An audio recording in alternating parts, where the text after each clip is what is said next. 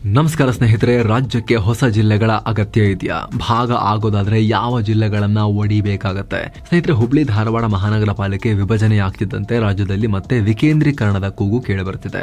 ಬರೀ ಮಹಾನಗರ ಯಾಕೆ, ಜಿಲ್ಲೆಗಳನ್ನ ಕೂಡ ಡಿವೈಡ್ ಮಾಡಿ ಆಡಳಿತಕ್ಕೆ ಅನುಕೂಲ ಆಗತ್ತೆ ಅನ್ನೋ ಚರ್ಚೆ ಜೋರಾಗ್ತಿದೆ. ಉತ್ತರದಿಂದ ದಕ್ಷಿಣ ಕರ್ನಾಟಕ ತನಕ ಹಲವು ವರ್ಷಗಳ ಬೇಡಿಕೆಗೆ ಮತ್ತೆ ಜೀವ ಬರ್ತಾ ಇದೆ. ಹಾಗಿದ್ರೆ ನಿಜಕ್ಕೂ ರಾಜ್ಯಕ್ಕೆ ಹೊಸ ಜಿಲ್ಲೆಗಳ ಅಗತ್ಯತೆ ಇದೆಯಾ? ಅಸಲಿಗೆ ಹೊಸ ಜಿಲ್ಲೆಗಳು ಬೇಕು ಅಂತಿರೋ ಆ ಜಿಲ್ಲೆಗಳು ಯಾವುವು? ಅಲ್ಲಿ ವಿಭಜನೆ ಮಾತು ಬರೋಕೆ ಕಾರಣ ಏನು? ಅದಕ್ಕಿರೋ ಸಮಸ್ಯೆ ಏನು? ಎಲ್ಲವನ್ನ ಈ ವಿಡಿಯೋದಲ್ಲಿ ನೋಡ್ತಾ ಹೋಗೋಣ. ಕಡೆ ತನಕ ಮಿಸ್ ಮಾಡದೆ ನೋಡಿ. ರಾಜ್ಯದಲ್ಲಿ 8 ಹೊಸ ಜಿಲ್ಲೆಗಳಿಗೆ ಬೇಡಿಕೆ. ಬೆಳಗಾವಿಯಿಂದ ಮೈಸೂರಿನ ತನಕ ಒತ್ತಡ. ಇತ್ತೀಚೆಗೆ ಅಂದ್ರೆ ಬೆಳಗಾವಿ ಅಧಿವೇಶನ ನಡೆದ ನಂತರ ಸಿಎಂ ಸಿದ್ದರಾಮಯ್ಯ ಜಿಲ್ಲೆಗಳನ್ನ ವಿಭಜನೆ ಮಾಡೋ ಬಗ್ಗೆ ಹೇಳಿಕೆ ಕೊಡ್ತಾ ಇದ್ರು. ನಂಜುಂಡಪ್ಪ ವರದಿ ಕೊಟ್ಟು 15 ವರ್ಷಕ್ಕಿಂತ ಮೇಲಾಗಿದೆ. ಸಾಕಷ್ಟು ಪ್ರದೇಶಗಳು ಹಿಂದುಳಿದಿವೆ. ಜಯೇಶ್ ಪಟೇಲ್ರ ಕಾಲದಲ್ಲಿ ನಾವು ಸರ್ಕಾರದ ಭಾಗವಾಗಿದ್ವಿ. ಸಾಕಷ್ಟು ಹೊಸ ಜಿಲ್ಲೆಗಳನ್ನ ಮಾಡಿದ್ವಿ. ಅದೇ ತರ ಬೆಳಗಾವಿಯನ್ನ ವಿಭಜಿಸುವ ಕುರಿತು ಈಗ ಮಾತುಕತೆ ಮಾಡ್ತೀವಿ. ಉತ್ತರ ಕರ್ನಾಟಕ ಅಭಿವೃದ್ಧಿಗೆ ಸಂಬಂಧಪಟ್ಟಂತೆ ಡಾಕ್ಟರ್ ಗೋವಿಂದರಾವ್ ನೇತೃತ್ವದ ಸಮಿತಿ ಇದೆ. ಆ ಸಮಿತಿಯ ವರದಿ ಬಂದ ಕೂಡಲೇ ಇದರ ಬಗ್ಗೆ ಕ್ರಮ ತಗೋತೀವಿ ಅಂತ ಹೇಳಿದ್ರು. ಆ ಬಳಿಕ ಉತ್ತರ ಕನ್ನಡ ಜಿಲ್ಲೆಯ ವಿಭಜನೆಗೂ ಒತ್ತಡ ಬಂತು. ಈ ನಡುವೆ 2025ರ ಆರಂಭದ ಮೊದಲ ಸಂಪುಟ ಸಭೆಯಲ್ಲಿ ದಿಢೀರಂತ ಹುಬ್ಳಿ ಧಾರವಾಡ ಮಹಾನಗರ ಪಾಲಿಕೆಯನ್ನ ಡಿವೈಡ್ ಮಾಡಲಾಗಿದೆ. ಹಾಗೆ ನೋಡಿದ್ರೆ ಇದಕ್ಕೂ ದೊಡ್ಡ ಬೇಡಿಕೆ ಇತ್ತು.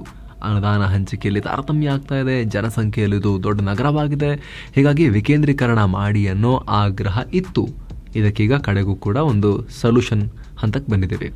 ಈ ಹೊತ್ತಲ್ಲಿ ಈ ವಿಶಾಲ ಕರ್ನಾಟಕದ ಒಳಗಿರೋ ಜನಸಂಖ್ಯೆ 7 ಕೋಟಿ ಮೀರ್ತಿರೋ ರಾಜ್ಯದಲ್ಲಿ ಜಿಲ್ಲೆಗಳನ್ನ ಮತ್ತಷ್ಟು ವಿಭಜನೆ ಮಾಡಿ ಅಧಿಕಾರ ವಿಕೇಂದ್ರೀಕರಣ ಮಾಡಿ ಅನ್ನೋ ಆಗ್ರಹ ಕೇಳಿಬರ್ತಾ ಇದೆ. ರಾಜ್ಯದ ಪ್ರತಿ ಜಿಲ್ಲೆಯಲ್ಲೂ ಇಂಥ ಧ್ವನಿ ಇದೆ. ಆದರೆ ಸುಮಾರು 8 ಜಿಲ್ಲೆಗಳಲ್ಲಿ ವಿಚಾರ ತುಂಬಾ ಸೀರಿಯಸ್ ಇದೆ, ಅಂದ್ರೆ ಅನಿವಾರ್ಯ ಅಂತ ಹೇಳೋ ಮಟ್ಟಕ್ಕಿದೆ. ಆ ಪೈಕಿ ಮೊದಲನೇದು ಬೆಳಗಾವಿ. ಇದರ ಬಗ್ಗೆ ನಾವು ಸಂಪೂರ್ಣವಾಗಿ ಈ ವರದಿಯಲ್ಲಿ ಮಾಹಿತಿಯನ್ನ ಈ ಹಿಂದೆ ಕೊಟ್ಟಿದ್ವಿ. 55 ಲಕ್ಷ ಜನಸಂಖ್ಯೆ ಇರೋ ಬೆಳಗಾವಿ ಸಿಕ್ಕಿಂ ರಾಜ್ಯಕ್ಕಿಂತ ವಿಸ್ತೀರ್ಣದಲ್ಲಿ 2 ಪಟ್ಟು ದೊಡ್ಡ ಇದೆ. 18 ವಿಧಾನಸಭಾ ಕ್ಷೇತ್ರ ಇವೆ, ತಾಲೂಕುಗಳಿವೆ. ಒಂದು ಕಡೆಯಿಂದ ಇನ್ನೊಂದು ಕಡೆಗೆ ಹೋಗಬೇಕು ಅಂದ್ರೆ ಹೆಚ್ಚು ಕಮ್ಮಿ 200 ಕಿಲೋಮೀಟರ್ ಆಗುತ್ತೆ. ಹೀಗಾಗಿ ಇದನ್ನ ವಿಭಜನೆ ಮಾಡಬೇಕು ಅನ್ನೋ ಕೂಗಿದೆ.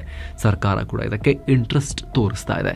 ಬಿಟ್ರೆ ಕಲಬುರಗಿ ಜಿಲ್ಲೆಯ ವಿಭಜನೆ. ಬೆಳಗಾವಿಯನ್ನು ಬಿಟ್ರೆ ಅತಿ ದೊಡ್ಡ ಜಿಲ್ಲೆಯಾಗಿರೋ ಕಲಬುರಗಿ 10,951 ಸ್ಕ್ವೇರ್ ಕಿಲೋಮೀಟರ್ ವಿಸ್ತೀರ್ಣ ಇದೆ. ಇಡೀ ಇಸ್ರೇಲ್ ದೇಶದ ಅರ್ಧ ಭೂಭಾಗ ಬರೀ ಈ ಜಿಲ್ಲೆಯಲ್ಲೇ ಬರುತ್ತೆ. 2011ರ ಜನಗಣತಿ ಪ್ರಕಾರವೇ 25 ಲಕ್ಷ ಜನಸಂಖ್ಯೆ ಇದೆ. ಈಗದು 30 ಲಕ್ಷ ದಾಟುತ್ತೆ. ಹೀಗಾಗಿ ಇಷ್ಟು ದೊಡ್ಡ ಜಿಲ್ಲೆಯನ್ನ ಡಿವೈಡ್ ಮಾಡಬೇಕು ಅನ್ನೋದು ಒಪಿನಿಯನ್ ಇದೆ. ಈ ಮುಂಚೆ ಯಾದಗಿರಿ ಜಿಲ್ಲೆಯನ್ನ ಪ್ರತ್ಯೇಕ ಮಾಡೋ ಕೆಲಸ ಯಶಸ್ವಿಯಾಗಿತ್ತು. ಯಶಸ್ವಿ ಅಂದ್ರೆ ಜಿಲ್ಲೆ ಮಾಡೋ ಪ್ರಯತ್ನ ಯಶಸ್ವಿಯಾಗಿತ್ತು. ಯಾದಗಿರಿ ಎಷ್ಟು ಮಟ್ಟಿಗೆ ಅಭಿವೃದ್ಧಿ ಮಾಡಿದ್ರು ಅಲ್ಲಿನ ಸೋ ಕಾಲ್ಡ್ ಜನಪ್ರತಿನಿಧಿಗಳು, ಅದು ಬೇರೆ ಪ್ರಶ್ನೆ. ಬಟ್ ಜಿಲ್ಲೆ ಅಂತೂ ಆಗಿತ್ತು. ಆದರೂ ಕೂಡ ಕಲಬುರಗಿಯ ಸಮಸ್ಯೆ ಇನ್ನೂ ಬಗೆಹರಿದಿಲ್ಲ. ಚಿಂಚೋಳಿ ಕೊನೆಯ ಹಳ್ಳಿಯಿಂದ ಕಲಬುರಗಿ ನಗರಕ್ಕೆ ಬರಬೇಕು ಅಂದರೆ 120 ಕಿಲೋಮೀಟರ್ ದೂರ ಇದೆ. ಸೊ ಕಾಳಗಿ, ಚಿತ್ತಾಪುರ, ಚಿಂಚೋಳಿ ತಾಲೂಕುಗಳನ್ನು ಒಳಗೊಂಡು ಸೇಡಮನ್ನ ಹೊಸ ಜಿಲ್ಲೆ ಮಾಡಬೇಕು ಅನ್ನೋದು ಕಲಬುರಗಿ ಭಾಗದಲ್ಲಿರೋರ ಆಗ್ರಹ. ಏನೋ ಸ್ನೇಹಿತರೆ, ಈ ವರದಿಯಲ್ಲಿ ಮುಂದುವರಿಯೋಕ್ಕಿಂತ ಮುಂಚೆ 7 sands tourism company Puri Jagannatha ಯಾತ್ರೆಯನ್ನ ಆಯೋಜನೆ ಮಾಡಿದೆ. 3 ನೈಟ್ 4 ಡೇ ಪ್ಯಾಕೇಜ್ ಇದು. ಪುರಿ ಜಗನ್ನಾಥ, ಕೋನಾರ್ಕ, ಬಿರಾಜದೇವಿ ಶಕ್ತಿಪೀಠ, ಭುವನೇಶ್ವರ, ಧೌಲಿ, ಉದಯಗಿರಿ ಮತ್ತು ಸ್ಕಂದಗಿರಿ, ಕಟಕ್ ಇಲ್ಲೆಲ್ಲ ಹೋಗೋದಿರುತ್ತೆ. ಕೇವಲ 31,500 ರೂಪಾಯಿಗೆ ಈ ಪ್ಯಾಕೇಜ್ ಇದೆ. ಇದರಲ್ಲಿ ಫ್ಲೈಟ್ ಟಿಕೆಟ್, 3 ಸ್ಟಾರ್ ಹೋಟೆಲ್ನಲ್ಲಿ ಸ್ಟೇ, ಎಲ್ಲ ರೀತಿ ಊಟದ ವ್ಯವಸ್ಥೆ, AC ಟ್ರಾನ್ಸ್ಪೋರ್ಟ್, 24/7 ಟೂರ್ ಮ್ಯಾನೇಜರ್ ನಿಮ್ ಜೊತೆಗೆ ಇದ್ದು ಹೆಲ್ಪ್ ಮಾಡ್ತಾರೆ. ಇದೆಲ್ಲ ಸೇರಿ 31,500 ರೂಪಾಯಿ. ಹೊರಡೋ ದಿನ 11 ಫೆಬ್ರವರಿ 2025. ಕೆಲವೇ ಸೀಟುಗಳು ಲಭ್ಯ. ಆಸಕ್ತರು ಈ ಕೂಡಲೇ ಈ ನಂಬರ್ಗೆ ಕಾಲ್ ಮಾಡಿ ನಿಮ್ಮ ಸೀಟನ್ನ ಕೂಡ ಬುಕ್ ಮಾಡಬಹುದು. ಇನ್ನು ಉತ್ತರ ಕನ್ನಡ. ರಾಜ್ಯದ ಅತಿ ದೊಡ್ಡ ಜಿಲ್ಲೆಗಳ ಪೈಕಿ ಒಂದಾಗಿರೋ ಉತ್ತರ ಕನ್ನಡ 10,291 ಸ್ಕ್ವೇರ್ ಕಿಲೋಮೀಟರ್ ವಿಸ್ತೀರ್ಣ ಹೊಂದಿದೆ. 12 ತಾಲೂಕಿದೆ. ಆದರೆ ಜಿಲ್ಲಾ ಕೇಂದ್ರ ಕಾರವಾರಕ್ಕೆ ಹೋಗೋದು ಮಲೆನಾಡು ಮತ್ತು ಬಯಲುಸೀಮೆ ತಾಲೂಕಿನ ಜನರಿಗೆ ಕಷ್ಟದ ಮಾತು. ಹೀಗಾಗಿ ಕದಂಬ ಕನ್ನಡ ಹೆಸರಲ್ಲಿ ಘಟ್ಟದ ಮೇಲಿರೋ ತಾಲೂಕುಗಳನ್ನು ಸೇರಿಸಿ ಜಿಲ್ಲೆ ಮಾಡಿ ಶಿರಸಿ, ಸಿದ್ದಾಪುರ, ಯಲ್ಲಾಪುರ, ಮುಂಡಗೋಡ, ಹಳಿಯಾಳ, ದಾಂಡೇಲಿ, ಜೊಯ್ಡಾ ತಾಲೂಕುಗಳನ್ನು ಸೇರಿಸಿ ಪ್ರತ್ಯೇಕ ಜಿಲ್ಲೆ ಮಾಡಿ ಅನ್ನೋದು ದೊಡ್ಡ ಮಟ್ಟದ ಆಗ್ರಹ. ಉಳಿದಂತೆ ಕಾರವಾರ, ಅಂಕೋಲ, ಕುಮಟ, ಹೊನ್ನಾವರ ಹಾಗೂ ಭಟ್ಕಳ ಈ 5 ಕರಾವಳಿ ತಾಲೂಕುಗಳು ಒಂದು ಪ್ರತ್ಯೇಕ ಜಿಲ್ಲೆಯಾಗಿರಲಿ ಅನ್ನೋ ಆಗ್ರಹ ಕೂಡ ಇದೆ. ಆದರೆ ಕನ್ನಡ ಪರ ಸಂಘಟನೆಗಳು ಸೇರಿ ಸಾಕಷ್ಟು ಜನ ಇದಕ್ಕೆ ವಿರೋಧ ವ್ಯಕ್ತಪಡಿಸ್ತಾ ಇದ್ದಾರೆ. ಸ್ನೇಹಿತರೆ, ಕರಾವಳಿ, ಮಲೆನಾಡು, ಬಯಲುಸೀಮೆ ಈ ಮೂರನ್ನು ಒಂದೇ ಜಿಲ್ಲೆಯಲ್ಲಿ ಇಲ್ಲಿ ಮಾತ್ರ ನೋಡೋಕೆ ಸಾಧ್ಯ. ಇದನ್ನ ಇಬ್ಬಾಗ ಮಾಡಿದ್ರೆ ಕರಾವಳಿ ಜೊತೆಗೆ ಇತರ ಜಿಲ್ಲೆಯ ಜನರ ಕನೆಕ್ಷನ್ ಹೋಗ್ಬಿಡುತ್ತೆ. ಜಿಲ್ಲೆಯ ಜನರಿಗೆ ಇದು ಭಾವನಾತ್ಮಕ ಪ್ರಶ್ನೆ ಅನ್ನೋದು ಕೆಲವರು ವಾದ. ಅಷ್ಟೇ ಅಲ್ಲ, ಉತ್ತರ ಕನ್ನಡ ಜಿಲ್ಲೆ ವಿಭಜನೆ ಮಾಡೋದ್ರ ಹಿಂದೆ ರಿಯಲ್ ಎಸ್ಟೇಟ್ ಲಾಬಿ ಇದೆ. ಕಾರವಾರ ತಾಲೂಕು ಪಕ್ಕದ ಗೋವಾಗೆ ಹತ್ತಿರದಲ್ಲಿದೆ. ಜಿಲ್ಲೆ ವಿಭಜನೆಯಾದರೆ MES, ಗೋವಾ ಮಂಚನಂತ ಸಂಘಟನೆಗಳು ಕಾರವಾರ ನಮಗೆ ಸೇರಲಿ ಅಂತ ಆಮೇಲೆ ಹೋರಾಟ ಶುರು ಮಾಡ್ತಾರೆ. ಹೀಗಾಗಿ ಉತ್ತರ ಕನ್ನಡ ವಿಭಜನೆ ಮಾಡೋದು ಮಾಡೋದು ಸರಿಯಲ್ಲ. ಅದರ ಹೇಳಿಕೆ ಕೊಟ್ಟರು ಪೊಲೀಸರು ಕ್ರಮ ತಗೊಳ್ಳಿ ಅಂತ ಕರವೇ ಹೋರಾಟಗಾರರು ಪೊಲೀಸರಿಗೆ ಕಳೆದ ಡಿಸೆಂಬರ್ನಲ್ಲಿ ದೂರನ್ನ ಕೂಡ ಕೊಟ್ಟಿದ್ದಾರೆ.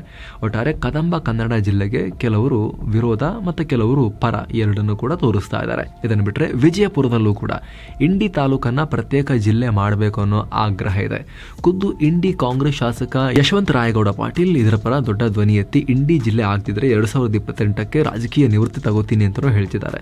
ಮುಂದೆ ನಡೆದ ಬೆಳಗಾವಿ ಅಧಿವೇಶನದಲ್ಲೂ ಪ್ರತ್ಯೇಕ ಜಿಲ್ಲೆಯ ಧ್ವನಿ ಮಾರ್ದನಿಸಿದೆ. ಇಲ್ಲಿ ಬೇಡಿಕೆ ಏನಂದ್ರೆ ವಿಜಯಪುರ ಜಿಲ್ಲೆಯಲ್ಲಿ 13 ತಾಲೂಕಿದೆ. ಜಿಲ್ಲೆ 10,541 ಚದರ ಕಿಲೋಮೀಟರ್ ವಿಸ್ತೀರ್ಣ ಹೊಂದಿದೆ. ಸೊ ಆಡಳಿತ ವಿಕೇಂದ್ರೀಕರಣ ಆಗಬೇಕು. ಇಂಡಿ ಅಭಿವೃದ್ಧಿಯಲ್ಲಿ ತುಂಬಾ ಹಿಂದುಳಿದಿದೆ. ಗಡಿ ಗ್ರಾಮಗಳು ಅಭಿವೃದ್ಧಿ ಆಗಿಲ್ಲ. ಹೀಗಾಗಿ ಚಡಚಣ, ದೇವರಹಿಪ್ಪರಗಿ, ಸಿಂದಗಿ, ಅಲಮೇಲ ತಾಲೂಕುಗಳನ್ನು ಒಳಗೊಂಡು ಹೊಸ ಜಿಲ್ಲೆ ಮಾಡಬೇಕು ಅನ್ನೋದು ಸಾಕಷ್ಟು ಜನರ ವಾದ. ಇದಕ್ಕಾಗಿ ನಾನಾ ಪ್ರತಿಭಟನೆಗಳನ್ನು ಕೂಡ ಮಾಡಲಾಗಿದೆ. ಹಾಗೆ ಪಕ್ಕದ ಬಾಗಲಕೋಟೆಯಲ್ಲೂ ಪ್ರತ್ಯೇಕ ಜಿಲ್ಲೆಗಾಗಿ ಕೂಗಿದೆ. ಜಮಖಂಡಿ ತಾಲೂಕಿನ ಸಾವಳಗಿ ಸುತ್ತಲಿನ ಊರುಗಳಿಗೆ 110 ಕಿಲೋಮೀಟರ್ ಅಂತರ ಇದೆ. ಹಾಗಾಗಿ ಮುಧೋಳ, ರಬಕವಿ, ಬನಹಟ್ಟಿ, ತೇರದಾಳ ತಾಲೂಕುಗಳನ್ನು ಸೇರಿಸಿ ಅವುಗಳ ಜೊತೆಗೆ ಬೆಳಗಾವಿ ಜಿಲ್ಲೆಯ ರಾಮದುರ್ಗ, ಅಥಣಿಗಳನ್ನು ಸೇರಿಸಿ ಹೊಸ ಜಿಲ್ಲೆ ಮಾಡಿ ಅನ್ನೋ ಆಗ್ರಹ ಸಾಕಷ್ಟು ವರ್ಷಗಳಿಂದ ಇದೆ. ಇನ್ನು ಸೌತ್ಗೆ ದಕ್ಷಿಣಕ್ಕೆ ಬಂದರೆ ತುಮಕೂರು ಜಿಲ್ಲೆಯ ವಿಭಜನೆಗೂ ಕೂಡ ಆಗ್ರಹ ಇದೆ. 10,597 ಸ್ಕ್ವೇರ್ ಕಿಲೋಮೀಟರ್ ವಿಸ್ತೀರ್ಣ ಇದೆ. 10 ತಾಲೂಕು ಮತ್ತು 11 ವಿಧಾನಸಭಾ ಕ್ಷೇತ್ರ ಒಳಗೊಂಡಿರುವ ತುಮಕೂರಲ್ಲಿ ಪಾವಗಡ, ಮಧುಗಿರಿ, ಕೊರಟಗೆರೆ, ಶಿರಾ ತಾಲೂಕುಗಳನ್ನು ಸೇರಿಸಿ ಹೊಸ ಜಿಲ್ಲೆ ಮಾಡಬೇಕು ಅನ್ನೋ ಆಗ್ರಹ ಇದೆ. ಈಗ ಗೃಹ ಮಂತ್ರಿಯಾಗಿರೋ ಜಿ ಪರಮೇಶ್ವರ್ 2019ರಲ್ಲಿ ಯಡಿಯೂರಪ್ಪ ಸರ್ಕಾರ ಇದ್ದಾಗ ದೊಡ್ಡ ಹೋರಾಟ ಮಾಡಿ ಸಿಎಂಗೆ ಪತ್ರವನ್ನು ಕೂಡ ಬರೆದಿದ್ರು. ಈಗ ನೋಡಿದ್ರೆ ಅವ್ರದೇ ಸರ್ಕಾರ ಇದೆ, ಏನು ಮಾಡ್ತಾರೆ ನೋಡಬೇಕು. ಇನ್ನು ಈ ಕಡೆ ಮೈಸೂರು ಜಿಲ್ಲೆಯಲ್ಲೂ ಕೂಡ ಪ್ರತ್ಯೇಕ ಜಿಲ್ಲೆಯಾಗಬೇಕು, ಹುಣಸೂರು ಪ್ರತ್ಯೇಕ ಜಿಲ್ಲೆ ಮಾಡಬೇಕು ಅನ್ನೋ ಆಗ್ರಹ ಇದೆ. 2011ರ ಜನಗಣತಿ ಪ್ರಕಾರವೇ ಮೈಸೂರಲ್ಲಿ 30 ಲಕ್ಷ ಜನಸಂಖ್ಯೆ ಇದೆ. ಅಂದರೆ ಅರ್ಮೇನಿಯಾ ದೇಶದಲ್ಲಿರೋ ಒಟ್ಟು ಜನಸಂಖ್ಯೆಗಿಂತ ಮೈಸೂರು ಜಿಲ್ಲೆಯ ಜನಸಂಖ್ಯೆ ಹೆಚ್ಚಿದೆ. 9 ತಾಲೂಕು, 11 ವಿಧಾನಸಭಾ ಕ್ಷೇತ್ರ ಇದೆ. ಸೊ ಜಿಲ್ಲೆಯನ್ನು ಡಿವೈಡ್ ಮಾಡಬೇಕು. ಪಿರಿಯಾಪಟ್ಟಣ, HD ಕೋಟೆ, ಹುಣಸೂರನ್ನು ಸೇರಿಸಿ ಹೊಸ ಜಿಲ್ಲೆ ಮಾಡಬೇಕು ಅನ್ನೋದು ಇಲ್ಲಿ ಕೆಲವರ ಆಸೆ. ಆದರೆ ಮೈಸೂರು ಭಾಗದಿಂದ ದೂರ ಆಗೋಕೆ ಇಲ್ಲಿನ ಜನಸಾಮಾನ್ಯರೇ ರೆಡಿ ಇಲ್ಲ ಅನ್ನೋ ಮಾತಿದೆ. ಯಾಕಂದರೆ ಮೈಸೂರು ಅನ್ನೋದು ಭಾವನಾತ್ಮಕ ವಿಚಾರ. ಈ ಎಲ್ಲ ಭೂಭಾಗಗಳಿಗೂ ಮೈಸೂರಿನೊಂದಿಗೆ ಸಾಂಸ್ಕೃತಿಕ ಸಂಬಂಧ ಇದೆ. ಹೀಗಾಗಿ ಹುಣಸೂರು ಅಂತ ಸಪ್ರೇಟ್ ಜಿಲ್ಲೆ ಮಾಡಿಕೊಂಡು ಮೈಸೂರು ಅನ್ನೋ ಬ್ಯಾಡ್ಜ್ ಕಳ್ಕೊಳ್ಳೋಕೆ ತುಂಬ ಜನಕ್ಕೆ ಇಷ್ಟ ಇಲ್ಲ. ಆದರೂ MLC ವಿಶ್ವನಾಥರದವರು ಜಿಲ್ಲೆಯ ವಿಭಜನೆಯ ಪರವಾಗಿ ಮಾತನಾಡ್ತಾರೆ. ಅದನ್ನು ಬಿಟ್ಟರೆ ಬೀದರ್ನ ಹುಮನಾಬಾದ್, ರಾಯಚೂರಿನ ಲಿಂಗಸಗೂರು, ಕೊಪ್ಪಳದ ಗಂಗಾವತಿ ಹೀಗೆ ಸಾಕಷ್ಟು ಕಡೆ ಪ್ರತ್ಯೇಕ ಜಿಲ್ಲೆ ಆಗಬೇಕು ಅನ್ನೋ ಕೂಗಿದೆ. ಅದರಲ್ಲೂ ಸಾಕಷ್ಟು ವರ್ಷಗಳಿಂದ ರಾಜ್ಯದಲ್ಲಿ ಜಿಲ್ಲೆಗಳ ವಿಭಜನೆ ದೊಡ್ಡ ಮಟ್ಟದಲ್ಲಿ ಆಗಿಲ್ಲ. 2007ರಲ್ಲಿ ಕುಮಾರಸ್ವಾಮಿ CM ಆಗಿದ್ದಾಗ ಚಿಕ್ಕಬಳ್ಳಾಪುರ, ರಾಮನಗರ ಜಿಲ್ಲೆಗಳನ್ನು ರಚಿಸಿದರು. ಆಮೇಲೆ ಯಡಿಯೂರಪ್ಪ CM ಆಗಿದ್ದಾಗ 2009ರಲ್ಲಿ ಯಾದಗಿರಿ ಜಿಲ್ಲೆಯಾಗಿತ್ತು. ಆ ಬಳಿಕ ಬಳ್ಳಾರಿ ಜಿಲ್ಲೆ ವಿಭಜಿಸಿ ವಿಜಯನಗರ ಜಿಲ್ಲೆ ರಚನೆಯಾಗಿತ್ತು. ಆದರೆ ಸಾಕಷ್ಟು ಕಡೆ ಜನಸಂಖ್ಯೆ ಹೆಚ್ಚಿದ್ರೂ ಕೂಡ, ಅದರ ಅನಿವಾರ್ಯತೆ ಇದ್ರೂ ಕೂಡ ಜಿಲ್ಲೆಗಳ ರಚನೆ ಸಾಧ್ಯ ಆಗಿಲ್ಲ. ಅದಕ್ಕೆ ರಾಜಕೀಯ ಇಚ್ಛಾಶಕ್ತಿಯ ಕೊರತೆ ಮತ್ತು ಜಾತಿ ಪ್ರಾಬಲ್ಯದ ರಾಜಕಾರಣ ಕಾರಣ ಅನ್ನೋ ಆರೋಪ ಇದೆ. ಸದ್ಯ ಕರ್ನಾಟಕದಲ್ಲಿ 31 ಜಿಲ್ಲೆಗಳಿದ್ದು ಹೆಚ್ಚು ಕಮ್ಮಿ 7 ಕೋಟಿ ಜನಸಂಖ್ಯೆ ಇದೆ. 2008ರಲ್ಲಿ ಹೊಸ ತಾಲೂಕು ರಚನೆ ಮಾಡುವ ಉದ್ದೇಶದಿಂದ ನಿವೃತ್ತ IAS ಅಧಿಕಾರಿ ನೇತೃತ್ವದಲ್ಲಿ ತಾಲೂಕು ಪುನರ್ವಿಂಗಡಣಾ ಸಮಿತಿ ರಚಿಸಲಾಗಿತ್ತು. ಅದೇ ಮಾದರಿಯಲ್ಲಿ ಜಿಲ್ಲಾ ಪುನರ್ವಿಂಗಡಣಾ ಸಮಿತಿ ರಚಿಸಿ ವರದಿ ತರಿಸಿಕೊಂಡು 3-4 ತಾಲೂಕುಗಳಿಗೆ ಕೇಂದ್ರ ಸ್ಥಾನವಾಗಿರೋ ಊರುಗಳನ್ನು ಹೊಸ ಜಿಲ್ಲೆಗಳನ್ನಾಗಿ ಘೋಷಿಸಬೇಕು ಅನ್ನೋ ಮಾತಿದೆ. ಸಣ್ಣ ಪುಟ್ಟ ರಾಜ್ಯಗಳಲ್ಲೇ ಆಡಳಿತ ವಿಕೇಂದ್ರೀಕರಣ ಆಗಿದೆ. ಆದರೆ ಕರ್ನಾಟಕದಂಥ ದೊಡ್ಡ ರಾಜ್ಯದಲ್ಲಿ ದಶಕ ಕಳೆದರೂ ಕೂಡ ಯಾಕೆ ಜಿಲ್ಲಾ ಪುನರ್ವಿಂಗಡಣೆ ಆಗಿಲ್ಲ ಅನ್ನೋ ಪ್ರಶ್ನೆಯನ್ನು ಕೂಡ ಕೇಳಲಾಗ್ತಿದೆ. ಇದಕ್ಕೆ ಸಂಬಂಧಪಟ್ಟಂತೆ ನಿಮ್ಮ ಒಪಿನಿಯನ್ ಏನು ಕಾಮೆಂಟ್ ಮಾಡಿ ತಿಳಿಸಿ. ನೀವು ಯಾವ ಊರಲ್ಲಿದ್ದೀರಾ? ನಿಮ್ಮೂರಿಗೂ ಜಿಲ್ಲಾ ಕೇಂದ್ರಕ್ಕೂ ಬಹಳ ದೂರ ಆಗುತ್ತಾ? ನಿಮಗೂ ಜಿಲ್ಲೆ ಬೇಕು ಅಂತ ಅನಿಸುತ್ತಾ? ಯಾವ್ಯಾವ ತಾಲೂಕು ಸೇರಿ ಜಿಲ್ಲೆ ಬೇಕು ಅಂತ ಅನಿಸುತ್ತೆ? ಕಮೆಂಟ್ ಮಾಡಿ ತಿಳಿಸಿ. ಮತ್ತೆ ಭೇಟಿ ಆಗ್ತಿರೋಣ. ನಮಸ್ತೆ.